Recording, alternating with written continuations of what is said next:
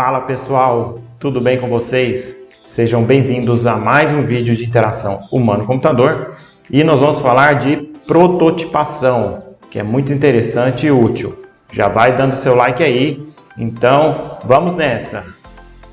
Os protótipos são elementos que permitem a consulta a usuários sobre os requisitos, proporcionando uma previsão do que será feito, tanto para desenvolvimento web, desenvolvimento desktop e principalmente nos dias atuais para o desenvolvimento mobile.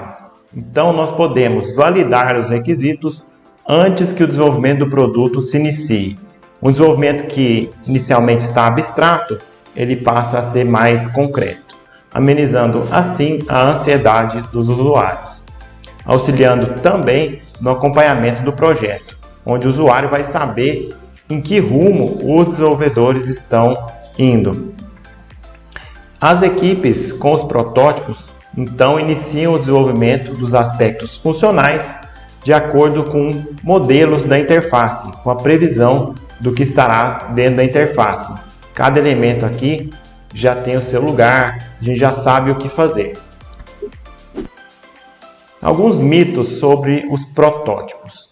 O primeiro, o protótipo deve ser bonito. Na verdade, os protótipos que se iniciam em papel, eles não têm como serem bonitos, por mais que você desenhe bem, eles vão ser longe do que vai ser o desenvolvimento final. Então eles têm baixa fidelidade, que é o jeito que a gente fala. Não me parece profissional, porque ele ainda não é o final, não é o desenvolvimento final. Então as pessoas podem achar que não é profissional, mas é sim. A ideia é que você faça um protótipo de modo rápido para obter, validar os requisitos. Se você fizer muito profissional e demandar muito do seu tempo, isso não vai fazer sentido de utilizar a prototipação, que a ideia aqui é agilizar o tempo. Meu chefe não irá entender. Na verdade, isso só vai acontecer se você não fizer um protótipo legal. A ideia é que qualquer pessoa, usuário principalmente, quando a gente tem o usuário dentro do processo, no desenvolvimento centrado no usuário, é que ele já vá validando o seu protótipo. Impossível simular a interatividade em papel. É difícil fazer isso, mas não é impossível, porque a interatividade ela é alta, principalmente nos dias atuais, onde muitos dos elementos estão escondidos. Eles só aparecem na medida que o usuário for necessitando. Minha interface é tão simples que não compensa prototipar. Então as pessoas têm a ideia que, por ser muito simples, é o que elas pensam inicialmente. Vai ser inútil prototipar. E é o contrário. A gente precisa prototipar. Se é simples, o protótipo também vai ser simples. Então é importante sim. Outro mito. Vamos já programar, pois é fácil ir melhorando. É o contrário. É difícil depois que iniciou a programação de você ficar alterando os elementos já posicionados, já programados. Isso vai trazer também um estresse grande na sua equipe, porque vai ter o retrabalho, que é o que a gente não gosta e também ele é, além de improdutivo, demanda um custo alto. Ele tem um alto custo, isso é ruim. Os desenvolvedores já têm tudo na cabeça. Então, às vezes a gente acha, principalmente dentro da universidade, em projetos pequenos, que o que eu já tenho na cabeça já é o suficiente. Isso funciona sim em projetos pequenos, onde a gente não tem um usuário, um cliente. Mas quando a gente tem esse usuário em projetos reais, é importante, porque nem sempre o que os desenvolvedores têm na cabeça é o que o usuário quer, é o que o usuário deseja. Então é importante fazer o protótipo para validar esses requisitos. Então, a partir desses mitos, nós podemos dizer que os protótipos são importantes por materializar a ideia, é o que eu falei, trazer do abstrato para o mais concreto, por proporcionar um feedback constante, onde a gente vai ver do usuário o que ele achou daquilo lá e ele vai responder. Reduz então riscos, diminui o investimento por produzir elementos que o usuário não deseja ou funções que não são bem-vindas. Proporciona um aprendizado desde o início, porque a partir do momento que você põe no papel, você pega o lápis, você já consegue mostrar para o usuário e ter respostas e aprender sobre o seu projeto. E a ideia acaba virando uma solução. O primeiro tipo de protótipo é o sketch, que é um esboço geralmente feito em papel, onde nós temos baixa fidelidade. Então aqui, ó, eu já tenho ideia dos campos, que eu quero pôr um logo aqui na parte de cima, que eu quero fazer um upload da minha canção e por aí vai, colocar o e-mail. Então você já tem uma ideia do sistema, mas a cara dele ainda não está bem vista aqui, porque nós temos uma baixa fidelidade. Esse tipo de técnica é a Pencil Before Pixel, que significa que você deve usar o seu lápis antes de desenhar os pixels. Então, é mais efetivo porque você começa a fazer com lápis e papel. É rápido e não depende de software, não depende de hardware. Você pode fazer ali numa entrevista e é livre. Então, você tem toda essa liberdade.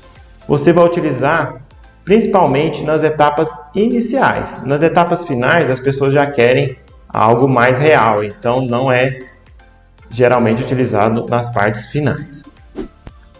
Esse método Pencil Before Pixel é recomendado em projetos rápidos ou validação de novas iniciativas, de ideias, quando você não tem ideia do contexto ou ele ainda está muito confuso. Tudo isso foi falado nesse artigo do Dennis Barron, que data de 1999, um artigo bem completo, onde nós temos aí a ideia do Pencil Before Pixel. Então, nós temos que falar, já foi falado na introdução, mas é importante repetir, que é difícil por esse método prototipar interações mais complexas, que são muito utilizadas. A ideia atualmente é você ter interfaces muito simples. Aqui eu tenho um envio de e-mail do Google, onde a tela é bem limpa, porém ela é poderosa. Por quê? Ela tem essa barra simples de elementos e à medida que você vai clicando, aí você tem novas opções. Por exemplo, programação do envio do e-mail, você tem a formatação dos elementos e aí abre para a escolha de cores e um monte de ferramentas. Para fazer isso em papel é difícil, porque você vai ter que repetir essa tela várias vezes e fica um pouco complexo até para saber que está sendo pressionado esse elemento.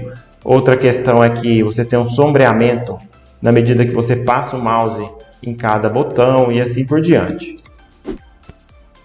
Além disso, a prototipação em papel tem algumas desvantagens. Ela é boa porque tem liberdade, como eu já disse, mas ela não tem uma boa estética, porque ela depende muito da habilidade do designer, do projetista.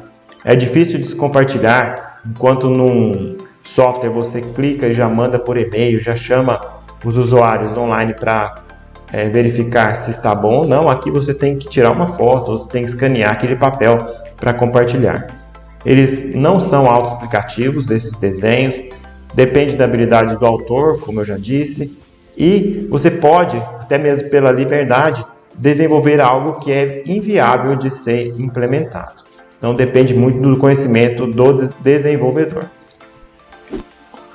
Outro tipo de protótipo são os chamados wireframes, que definem os locais para a aplicação da informação. Você pode perceber que esse exemplo ele veio daquele sketch, daquele protótipo em papel, e aqui já na sua versão web.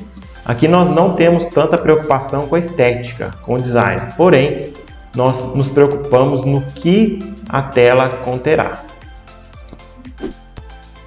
Outro exemplo de wireframes, aqui no desenvolvimento mobile, aqui nós temos acho que um som, uma atividade e vários outros elementos aqui, um menu, aquele botão hambúrguer que vai abrir novos botões e assim por diante. Olha como eu não tenho a preocupação com a estética, mas sim com o posicionamento e com os elementos que terão na minha interface. Aqui mais um exemplo de wireframe, onde nós temos aqui uma evolução dele para a sua possível implementação. Então aqui eu tinha espaço para a foto e seu texto de legenda. Então aqui eu já tenho a possível implementação. Os mockups, por sua vez, são tipos de protótipo onde eu tenho preocupação com o design final. Aqui já está bem próximo do que vai ser meu design, dependendo aí da sua implementação. A gente chamava antigamente de quebrar esse texto, esse design em HTML. Hoje em dia a gente faz com muito CSS, com imagens, com posicionamento de modo bem mais fácil, mas ainda temos que programar isso em HTML e JavaScript e outras tantas tecnologias que existem. Então, você utiliza textos fictícios, mas a ideia é que eles sejam bem próximos dos reais. A gente já utiliza uma paleta de cores próxima ou já a que vai ser utilizada e temos preocupações com o design gráfico. Observe que aqui o design está livre para posicionar isso no seu software gráfico. Se fosse fazer esse mesmo desenho num software de HTML, seria muito mais difícil, na medida que ele tem que utilizar codificação. Então ele não vai arrastar esse elemento na tela, e sim codificar, que é a maneira como a gente faz hoje na maioria das vezes. Outro exemplo de mockups aqui já para mobile, no iOS, onde nós temos um aplicativo para medição de saúde. São muito utilizados, tem vários desses no mercado. De acordo com esse grande autor de interação humano-computador, o G.C. James Garrett, nós temos aí 5 fases para o desenvolvimento de interface. A primeira se inicia na estratégia, que é mais abstrata, partindo aí para o escopo, estrutura, o esqueleto, ou esqueleton em inglês, e depois surface, que é o mais próximo do concreto. Então, nós temos aí como o produto se parece, quais são os elementos que vão formar a estrutura, e assim por diante, na medida que eu tenho aí uma estrutura que dá forma ao escopo, que é antes desse esqueleton, nós temos o escopo, que transforma a estratégia já em requisitos, que nos mostra os limites do desenvolvimento, e assim por diante. Algumas recomendações, nós temos aí a dizer que você tem que usar elementos que são muito próximos da realidade, por exemplo, evitar non, que são textos muito comuns, e se você não tem um texto prévio ou próximo da realidade, você vai utilizar provavelmente esse texto, melhor do que escrever tudo aqui você tem uma melhoria, porém ainda é ruim. E também evitar utilizar fotos que são de outro domínio ou que não tem nada a ver com o seu projeto. Mais algumas recomendações, nós temos que os elementos devem ser mais do que bonitos, nós temos que pensar na usabilidade. Eles devem estar acessíveis, nós temos que preocupar com a localização dos botões e para isso a gente utiliza a teoria do thumb zone, que é o espaço onde o seu dedo vai alcançar aqui no desenvolvimento mobile. Aqui nós podemos ver uma tela do iPhone 4, que já nem é mais utilizado na prática e está caindo em desuso. Coloque aí nos comentários a partir de qual desses telefones vocês já utilizam, mas dá para a gente ver que com o aumento das telas, essa parte verde diminui, porque o nosso dedo tem um limite físico de alcance. Então aqui nós temos uma carinha legal no verde, um amarelo é mais difícil de ser posicionado o dedo e o vermelho é quase impossível. Na prática vocês vão observar a partir de hoje, se é que já não observam, que nessa parte vermelha superior à esquerda, dificilmente eles colocam aí textos, botões, elementos para serem clicados, serem posicionados, aí, apertados pelo usuário. Geralmente são colocados logos dos aplicativos ou nomes. E nessa parte aqui, ó, até que tem bastante botões aqui. Mas aqui você vê que está em amarelo, ó, o usuário ainda consegue alcançar de uma maneira um pouco melhor. Aqui também nós temos na mão esquerda, você consegue atuar nesses limites, a mão direita nesses limites, e você combinar os dedos, que é uma maneira que o usuário usa um pouco mais difícil, menos recorrente, mas ele consegue aí um acesso maior aos elementos na tela. Aqui, já mostrando na prática um aplicativo, um Hangout do Google, onde a navegação geralmente está aqui na parte inferior, mais acessível ao usuário. Aqui nós temos o horário, tá vendo? Onde não tem quase nenhum clique aqui, ó. São informações mais difíceis de serem acessadas, digamos assim. O Instagram, onde não coloca praticamente nada nessa parte esquerda superior. Aqui nós temos ainda um botão e os principais botões estão nessa parte inferior, que é mais acessível aos nossos dedos. Aqui uma melhoria de interface, onde os autores colocam a experiência de um aumento de 65% do número de usuários ativos depois que foi retirado esse menu hambúrguer. Ele ainda é muito utilizado, mas experiências como essa estão mostrando que é possível melhorar, principalmente inserindo essa barra de opções na parte inferior. Então foi substituído esse menu por ícones aqui, em que o usuário relata, e eu acredito que ficou bem melhor a interação nesse nível aqui, até porque ele já pode ver as notificações sem apertar nada. Ó. Aqui ele precisava acessar com esse botão hambúrguer. Agora vamos para os softwares de prototipação para vocês já testarem na prática. O primeiro que eu vou mostrar é o Marvel, onde eu tenho aí a escolha do meu projeto, se é mobile, se é para um relógio e assim por diante. E aí eu crio telas navegáveis sem programar. Essa é a ideia, que o design possa brincar, possa treinar a interação antes de termos a programação. Inclusive o usuário pode testar também e falar se gosta ou não daquela interação.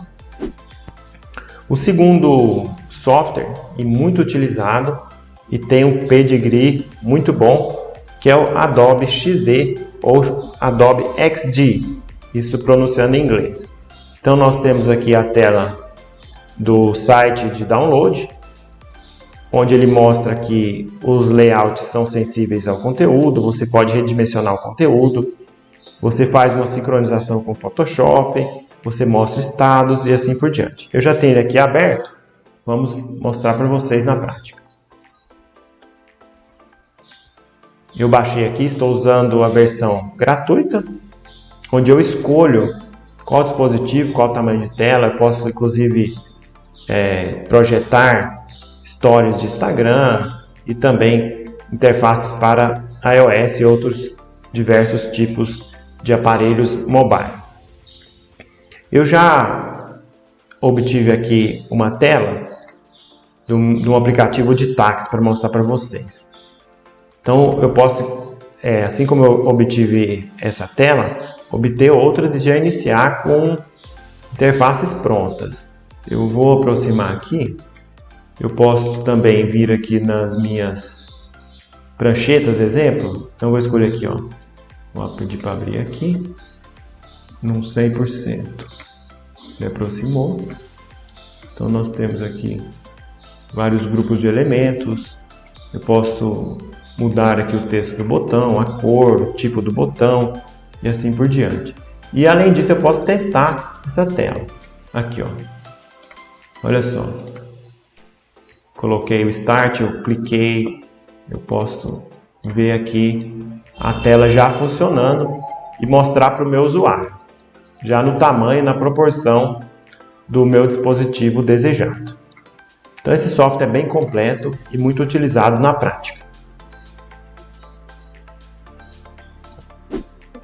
O preço do Adobe XD ele é gratuito para uso pessoal, com algumas limitações. Peço que vocês acessem o site dele para mais detalhes.